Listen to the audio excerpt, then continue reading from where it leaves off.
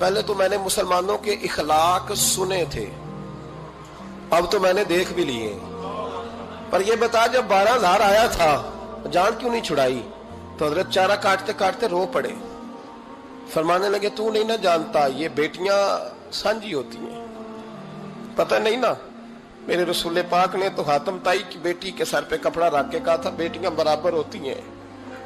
تو یہ نہیں پتا جب اس کی 6 بیٹیوں کی شادی ہوئی ہے میرے اندر روحانیت کتنی بڑی ہے۔ فرمایا پھر 12,000 آیا ہے تو 2-4 بچیاں پھر گئی ہیں، مجھے نہیں پتا میں اندر سے راضی کتنا ہوں، میں تیری نوکری کرتا رہوں گا، پتہ نہیں اللہ کتنی بیٹیوں کو بیاہ دے گا۔ اتنا رویا وہ عیسائی کے پیروں میں بیٹھ گیا، کہنے لگا بابا میں نے تیری مخالفت کی ہے پر تیرے قریب آ کے پتہ چلا ہے کہ تو بہت اونچے اخلاق کا مالک ہے، اور اگر تیرا یہ مقام ہے تو تجھے اخلاق سکھانے والے محمد عربی کی شان کتنی ہوگی۔ ظالم کی بولیے جاتے نہیں لوگ جھوٹے گواہ بن کے، وکیل صاحب کو نہیں پتا ہوتا کہ یہ بندہ مجرم ہے جو میرے پاس آیا، کیا مجرموں کے وکیل نہیں ہوتے؟ بولے تو اس کو پتہ نہیں ہوتا وکیل صاحب کو کہ یہ صاحب مجرم ہے، میرے پاس مقدمہ لے کے آئے، اور اگر بے ادبی نہ ہو جائے تو میرا خیال ہے قاضی عدالت کو بھی پتا ہوتا ہے کہ مجرم کون ہے اور مظلوم۔ میرے نبی پاک صلی اللہ علیہ وسلم نے اس قدر زیادہ سختی فرمائی اس مسئلے میں، فرمایا جس کو پتا تھا کہ فلاں آدمی ظالم ہے، ظلم کر رہا، پھر وہ ظالم کا گواہ بنا یا اس نے ظالم کی مدد کی، کتنی کی؟ شارحین لکھتے ہیں چاہے اس نے ایک جملہ بول کے کی، چاہے ایک، سارے بولیے، چاہے ایک غریب کو اس نے ظلم کیا تو کہتے ہیں علاج یہ سی، چاہے ایک جملہ بول کے کی، شارحین اس حدیث کی شرح میں لکھتے ہیں ایک جملہ بول کے چاہے مدد کی، جس بندے نے کسی ظالم کی مدد کی کسی مقدمے میں یا کسی صورت میں اور اسے پتا تھا یہ ظالم ہے، میرے نبی پاک صلی اللہ تعالی علیہ وسلم فرماتے ہیں اگر اس نے مدد کی، ابھی ظالم کی بات نہیں ہو رہی، ظالم کے مددگار کی بات ہو رہی، اگر کسی نے ظالم کی مدد کی تو حضور فرماتے ہیں خدا بھی اس سے بری و ذمہ ہے، رسول بھی اس سے بری و ذمہ ہے۔ سنبھال کے رکھے اپنی نمازیں، قربانیاں، حج، زکوٰۃ سنبھال کے رکھے۔ اگر ظالموں کا مددگار ہے، الیکشن آ لینے دے، آپ کو نظر آ جائے گا کون کون ظالموں کا مددگار ہے، نظر آ جائے گا۔ اپنی جیب سے لوگ پیسے دے کے ظالموں کی مدد کریں گے، ان کے فلیکس چھپوائیں گے، بورڈ لگوائیں گے، جیبوں سے پیسے دیں گے۔ ہم نے خود آگ لگائی ہے چمن میں اپنے، بے سبب گردشی ایام کو الزام نہ دو، ہم نے خود نور کا ظلمت سے کیا ہے سودا، کر کے توہین سحر شام کو الزام نہ دو۔ ظالموں کے مددگار میدان میں آ گئے، یہ چھوٹا لفظ نہیں، میرے حبیب پاک صلی اللہ علیہ وسلم نے فرمایا جو ظالم کا مددگار ہے سن لے جو سجن کے ساتھ کچہری جاتا ہے، وہ یاد رکھے جو دوست کا گواہ بنتا ہے، وہ یاد رکھے جو کہتا ہے میں مانگی گیا تھا، مجھے بلایا گیا تھا قبضہ چھڑانے کے لیے کسی غریب بیوہ کی جائیداد پہ، کب وہ سن لے تو مدد کر کے نہیں آیا، تو خدا کے ذمے سے نکل گیا۔ رسول پاک نے فرمایا تیرا میرا تعلق ختم ہو گیا، تو ظالم کا مددگار ہو گیا، پھر تو کہتا میں بے چین ہوں، میں بے قرار ہوں، میں آزمائش کا شکار ہوں، پلٹ کے دیکھ تو صحیح تیرا گناہ کتنا بڑا ہے۔ میرے نبی پاک صلی اللہ علیہ وسلم کا ایک اور فرمان سن لیں، ابن ماجہ ابو داؤد میں موجود ہے، اس حدیث کو آپ نے یاد کر لینا ہے، کر لیں گے انشاءاللہ،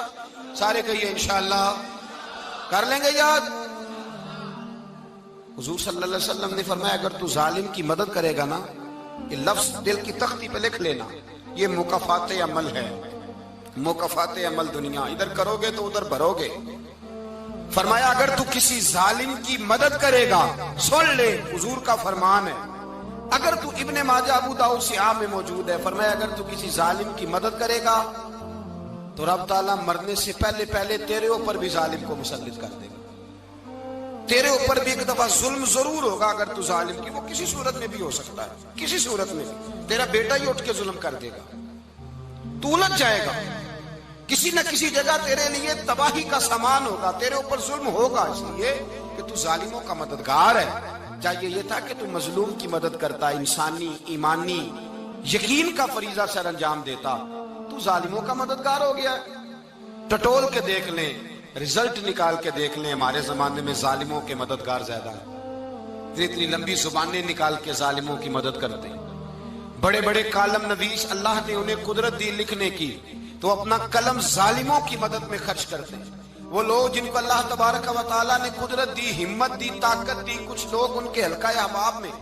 وہ اپنے لوگوں کو استعمال کر کے ظالموں کی مدد کرتے ہیں، ظالموں کی مدد کرتے ہیں۔ میرے نبی کریم سید عالم نور مجسم صلی اللہ علیہ وسلم نے فرمایا، اگر تو نے ظالم کی مدد کی تو جب تک تو توبہ نہیں کرے گا رب تجھ سے ناراض ہی رہے گا۔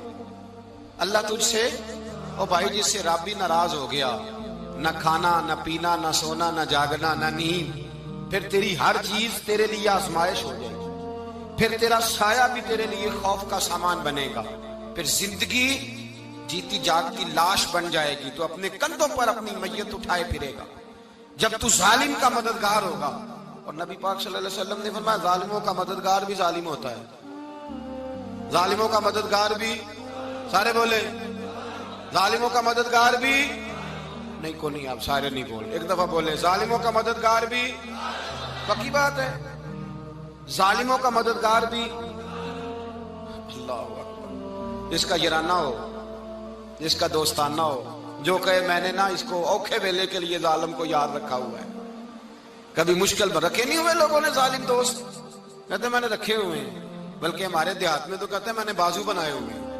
کس کو بازو بنا لیا؟ ظالم بھی کبھی بازو ہوتا ہے، جو ظلم کی تلوار لیے میدان میں کھڑا ہے۔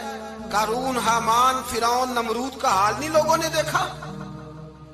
اپنے زمانے میں آپ نے کتنے لوگ نہیں دیکھے جن کے سائے سے، آواز سے لوگ کانپتے تھے؟ پھر پولیس کی گاڑیوں میں وہ اس طرح مردہ پڑے کہ دنیا نے تماشا دیکھا ان کا۔ یہ رنگ ہم نے دیکھے نہیں اپنے آنکھوں سے۔ فرمایا ظالم کا مددگار بھی، جو کار میں بٹھا کے لے کے گیا وہ بھی ظالم، جس نے چائے پلائی وہ بھی، جس شخص نے کھانا کھلایا وہ بھی، جو کچہری تک ساتھ گیا وہ بھی، جس نے فلیکس کے نیچے، بڑے شرابی کے نیچے چھوٹی اپنی فوٹو لگائی وہ بھی، جو ووٹ کی پرچی ڈالنے گیا وہ بھی۔ کہہ دینا باہر نکل کے کہ حضرت صاحب نے سیاسی تقریر کی ہے، کہہ دینا، پر بات تو سچی ہے نا۔ خو کرے ہم تو سے تھوڑا سا گلا بھی سن لے، خو کرے ہم تو سے تھوڑا سا بھی گلا۔ امام مالک کے پاس ایک بندہ آیا، اس نے کہا حضور میں درزی ہوں، ایک ظالم بادشاہ مجھ سے کپڑے سلواتا ہے، میں تو ظالموں کا مددگار نہیں نا۔ ایک ظالم بادشاہ مجھ سے، حضور میں تو مددگار نہیں نا ظالموں کا، جو فرمایا ظالموں کا مددگار بھی ظالم ہوتا ہے، تو کپڑے لے کے آتا ہے میں سی کے دے دیتا ہوں، ذمہ داری نہیں۔ یہ ایک آدمی دکاندار ہے، اس سے کوئی بندہ چیز خریدنے آئے گا تو تھوڑی کہے گا میں نے نہیں دینی، تو دے گا۔ کوئی بندہ اگر کسی شخص سے کوئی کام کہتا ہے جو اس کی فیلڈ ہے، اس کا شعبہ ہے، اس کا معاش کا وہ سلسلہ ہے، کہتے ہیں یا رسول اللہ صلی اللہ علیہ وسلم ظالموں کا مددگار بھی ظالم، حضور نے فرما دیا۔ تو امام مالک سے بندے نے مسئلہ پوچھا، دل کی تختی پہ لکھنے والی باتیں ہیں، کہا حضور میں درزی ہوں، ظالم کپڑے سلواتے ہیں، میں تو مددگار نہیں نا۔ امام صاحب کہنے لگے نہیں، مددگار تو وہ ہوگا جو تجھے سوئی دھاگا فراہم کرے گا، تو پورے کپڑے سی کے دیتا ہے، تو خود بہت بڑا ظالم ہے، تو پورے سوٹ سی کے دیتا ہے، تو بہت بڑا ظالم خود ہے۔ مددگار تو وہ ہوگا جو تجھے دھاگا دے گا، جو تجھے بٹن دے گا، جو تجھے نلکی دے گا۔ جو ظالم سے اتنی نفرت، ظلم کر کے بندہ ہے، یہاں تو ہمارے زمانے میں ہیرو بن جاتے ہیں لوگ، ظالم ہیرو ہے، لوگ اس سے ڈرتے پھرتے ہیں، گھومتے پھرتے ہیں، اور بہت سارے کم مزاج لوگ اس کے پیچھے ہاتھ باندھ کے پھرتے ہیں۔ ظالموں کی مدد کرنا، ظالموں کے ساتھ رہنا، یہ ظلم ہے، ظلم، یہ زیادتی ہے۔ میرے نبی پاک صلی اللہ تعالی علیہ وآلہ وسلم نے ارشاد فرمایا، یاد رکھو رب فرماتا ہے میں مظلوم کی مدد ضرور کروں گا،